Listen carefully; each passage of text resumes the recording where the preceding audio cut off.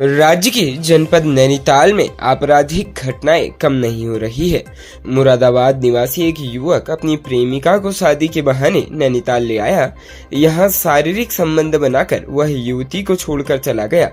शिकायत के बाद पुलिस ने युवक के खिलाफ मुकदमा दर्ज कर लिया है। पुलिस के अनुसार मुरादाबाद निवासी एक युवती ने थाने में दी तहरीर में कहा कि पिछले 1 वर्ष से युवक संग उसका प्रेम प्रसंग चल रहा था। शनिवार सुबह युवक उसे घुमाने के लिए नैनीताल लाया। होटल में कमरा लेकर दोनों पूरे दिन साथ में रहे। युवती ने आरोप लगाया है कि युवक ने उसके साथ होटल के कमरे में जबरन शारीरिक संबंध बनाए। इसके बाद युवक ने उसको वापसी में काठगोदाम में छोड़ गया। यहाँ युवती ने पुलिस को मामले की जानकारी दी। रविवार को युवती ने तल्लीताल थाने में आकर युवक पर दुष्कर्म का आरोप लगाया। SP crime doctor Jagdish Chandra ने बताया कि युवती की शिकायत पर मेडिकल जांच के बाद भोजपुर मुरादाबाद निवासी शमशाद के खिलाफ संबंधित धाराओं में मुकदमा दर्ज कर लिया गया है। राज्य उत्तराखंड के हल्द्वानी में स्थित डॉक्टर सुशीला तिवारी अस्पताल में स्टाफ नर्स से मारपीट का मामला प्रकाश में आया है। आरोप है कि महिला तीमारदार ने पहले तो नर्स के साथ गाली गलौज की, जब विरोध किया तो मारपीट की गई। इस मामले में पुलिस को तहरीर सौंपी गई है। जानकारी के अनुसार यह घटना बीती देर शाम डॉक्टर सुशीला तिवारी अस्पताल में हुई। यहाँ तैनात नर्स पूजा पुत्री पूरन राम निवासी हाइडिल गेट मल्ला प्लाट अपनी ड्यूटी कर रही थी। इतने में ही अस्पताल में भर्ती भास्कर गोस्वामी की मां स्टाफ नर्स से बेवजह गाली गलौज करने लगी। आरोप है कि जब पूजा ने इसका विरोध किया तो उक्त महिला ने उसके गाल पर एक जोरदार थप्पड़ जड़ दिया। स्टाफ नर्स का आरोप है कि महिला ने उस पर हमला करने का प्रयास भी किया। नर्स पूजा ने इसकी शिकायत प्राचार्य मेडिकल सुपरिटेंडेंट नर्सिंग अध्यक्ष के साथ ही पुलिस से की है। उसने आरोपी से जानमाल का खतरा भी बताया है। तहरीर के आधार पर पुलिस ने मामले की जांच शुरू कर दी है। अंडरवर्ल्ड डॉन छोटा राजन के करीबी और उत्तराखंड के फरार इनामी गैंगस्टर दीपक सिसोदिया को उत्तराखंड एसटीएफ ने चंपावत के बनबसा भारत नेपाल बॉर्डर से गिरफ्तार किया है। दीपक सिसोदिया मुंबई की खोजी पत्रकार जेडे की हत्या का दोषी है, जो पैरोल पर छूटकर अपने घर हल्द्वानी आया था और वापस जेल जाने की बजाय फरार हो गया था। उत्तराखंड पुलिस ऑपरेशन प्रहार के तहत फरार गैंगस्टर और इनामी अपराधियों के विरुद्ध लगातार कार्रवाई कर रही है। जेडी हत्याकांड के दोषी दीपक सिसोदिया के चोरी छिपे नेपाल से हल्द्वानी आने जाने की सूचना एसटीएफ को मिली थी, जिसके बाद सीओ एसटीएफ सुमित पांडे के नेतृत्व में गठित एसटीएफ टीम के द्वारा इनामी गैंगस्टर दीपक सिसोदिया को चंपावत जनपद के भारत नेपाल बॉर्डर बनबसा से गिरफ्तार किया गया। एसएसपी एसटीएफ आयुष अग्रवाल के अनुसार दीपक सिसोदिया वर्ष 2011 में मुंबई में हुए पत्रकार जेडे की हत्या के आरोप में उम्र कैद की सजा काट रहा था। वर्ष 2022 के जनवरी माह में मुंबई की अमरावती सेंट्रल जेल से पैरोल पर छूटकर हल्द्वानी आया था, जिसे मार्च में वापस जेल में जाना था, लेकिन दीपक सिसोदिया पैरोल से फरार हो गया, जिस पर मुंबई पुलिस ने थाना हल्द्वानी में उसके खिलाफ मुकदमा दर्ज करवाया था, जिस पर एसएसपी नैनीताल ने 25,000 रुपए का इनाम घोषित किया था।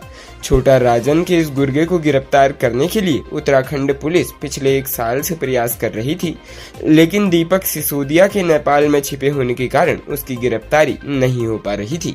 एसटीएफ को जब सूचना मिली कि दीपक सुबह सुबह हल्द्वानी आने वाला है, तो टीम ने भारत नेपाल बॉर्डर बनबसा में जाल बिछाया।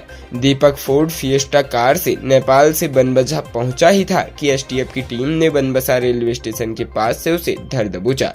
दीपक को बनबसा ले जाकर हल्द्वानी थाने में लाया गया है, जहां से मुंबई भेजा जाएगा। एसएसपी एसटीएफ आयुष अग्रवाल ने बताया कि दीपक दलवीर सिंह सिसोदिया उम्र 50 वर्ष पुत्र दलवीर सिसोदिया निवासी जीतपुर नेगी थाना हल्द्वानी जनपद नैनीताल को मुंबई की कोर्ट ने महाराष्ट्र के खोजी पत्रकार जेडे की हत्या शामिल होने के आरोप में उम्र कैद की सजा सुनाई थी। तब से वह महाराष्ट्र की अमरावती सेंट्रल जेल में बंद था। बताया कि जनवरी 2022 को उसे 45 दिन की पैरोल पर रिहा किया गया था। उसकी पैरोल की अवधि मार्च में खत्म होने पर अमरावती जेल वापस जाना था, लेकिन वह फरार हो गया। दीपक सिसोदिया हल्द्वानी का रहने वाला है। दीपक ने अंडरवर्ल्ड डॉन छोटा राजन गैंग के शूटरों के साथ इस हत्याकांड को अंजाम दिया था। राज्य उत्तराखंड में ऋषिकेश के एक पब्लिक स्कूल में कक्षा 8 में पढ़ने वाले 14 वर्षीय छात्र ने पिता द्वारा टीवी देखने से मना करने पर खुदकुशी कर अपनी जीवन लीला समाप्त कर ली। छात्र ने अपने कमरे में पंखे से लटक कर फांसी लगा ली। घटना से परिवार में कोहराम मच गया। परिजन अपने बेटे को अचेत अवस्था में लेकर एम्स पहुंचे, जहां डॉक्टरों ने जांच के बाद छात्र को मृत घोषित कर दिया। फिलहाल पुलिस ने पंचायतनामा भरने के बाद शव को पोस्टमार्टम के लिए भेज दिया है। पोस्टमार्टम के बाद शव परिजनों को सौंप दिया जाएगा। घटना के बाद से परिजनों का रो रो कर बुरा हाल है। एम्स चौकी प्रभारी मनवर सिंह नेगी ने बताया कि छात्र गंगानगर हनुमंतपुरम का रहने वाला है। स्कूल से छुट्टी होने के बाद वह अपने घर पहुंचा, जिसके बाद उसने ट्यूशन जाने से मना कर दिया और वह टीवी देखने लगा। इस दौरान पिता ने टीवी बंद कर ट्यूशन जाने के लिए कहा, जिससे नाराज होकर छात्र अपने कमरे में चला गया। कुछ देर तक जब कमरे से कोई आवाज नहीं आई तो परिजन कमरे में पहुंचे और अंदर से दरवाजा बंद था।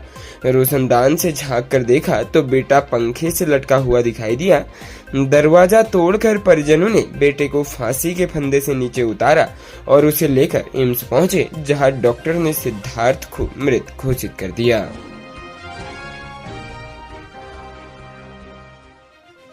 प्रदेश के ऋषिकेश में स्थित एम्स में फर्जी डॉक्टर बनकर घूम रहे एक युवक को स्टाफ ने पकड़ लिया।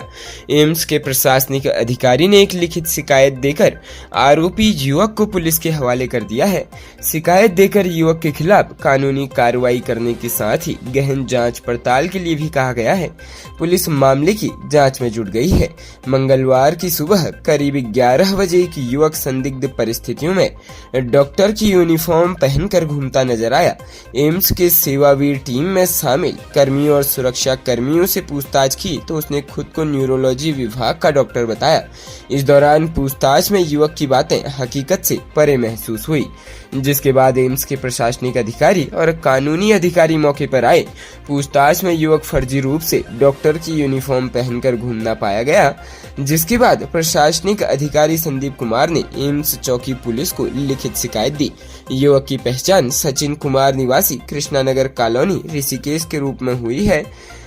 सचिन ने एम्स के अधिकारियों को बताया कि उसने कोविड-19 के दौरान डीआरडीओ के द्वारा तैयार किए गए अस्पताल में बतौर हॉस्पिटल अटेंडेंट के रूप में काम किया था। इसके बाद अस्थायी हॉस्पिटल बंद हो गया और वह कहीं और चला गया था। खबरों में बने रहने के लिए धन्यवाद। खबरों से प्रकाशित रहने के लिए कुमाऊनी कुटुंब को सब्सक्राइब करना न भूलें तथा खबरों को शेयर कर सहयोग प्रदान अवश्य करें।